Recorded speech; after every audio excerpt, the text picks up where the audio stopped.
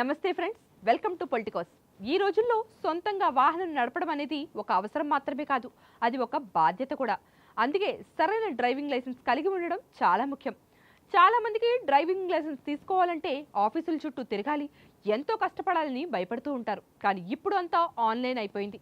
మీ ఇంట్లోనే కూర్చుని step by step ఎలా డ్రైవింగ్ లైసెన్స్ అప్లై చేసుకోవాలో ఈ కథనంలో వివరంగా తెలుసుకుందాం రండి.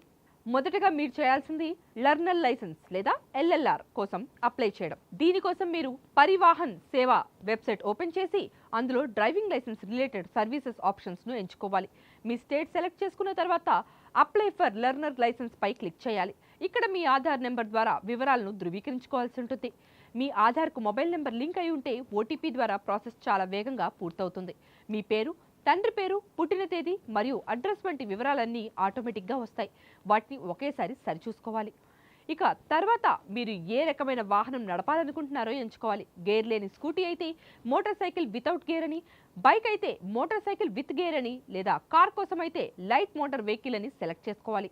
ఆ తర్వాత సెల్ఫ్ డిక్లరేషన్ ఫామ్ పూర్తి చేసి నిర్ణీత ఫీజును ఆన్లైన్ ద్వారా చెల్లించాల్సి ఉంటుంది. ఫీజు కట్టిన తర్వాత మీకు నచ్చిన రోజు మరియు సమయానికి స్లాట్ బుక్ చేసుకోవాలి. మీరు ఎంచుకున్నటువంటి టైంకు ఆర్టీఓ ఆఫీస్కు వెళ్ళి కంప్యూటరైజ్డ్ బేస్డ్ టెస్ట్ రాయాలి. ఈ టెస్ట్లో ట్రాఫిక్ సిగ్నల్స్ మరియు రోడ్డు నిబంధనల గురించి ప్రశ్నలు ఉంటాయి. ఇందులో పాస్ అయితే వెంటనే మీ మొబైల్కు ఎల్ఎల్ఆర్ నెంబర్ వస్తుంది. దానిని ఆన్లైన్ నుండి డౌన్లోడ్ చేసుకోవచ్చు. లర్నర్ లైసెన్స్ వచ్చిన 30 రోజుల తర్వాత మీరు పర్మనెంట్ డ్రైవింగ్ లైసెన్స్ కోసం అప్లై చేసుకోవడానికి అర్హులవుతారు.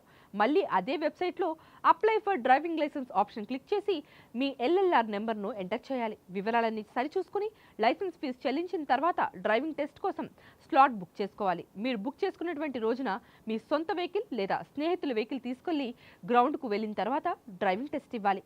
అక్కడ అధికారులు మీరు వాహనాన్ని ఎలా కంట్రోల్ చేస్తున్నారో, టర్నింగ్స్లో సిగ్నల్స్ వేస్తున్నారో లేదో గమనిస్తారు. మీరు టెస్ట్లో కనుక పాస్ అయినట్టయితే 24 గంటల్లోనే మీ లైసెన్స్ నెంబర్ జనరేట్ అవుతుంది.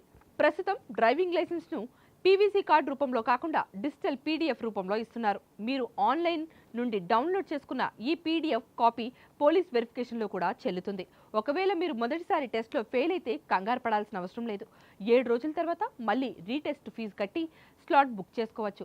సరైన అవగాహనతో అప్లై చేస్తే ఎవరి సాయం లేకుండానే మీరు లైసెన్స్ పొందవచ్చు. ఈ సమాచారం కనుక మీకు నచ్చినట్టయితే మీ స్నేహితులకు కూడా షేర్ చేయండి. సురక్షితంగా డ్రైవింగ్ చేయండి.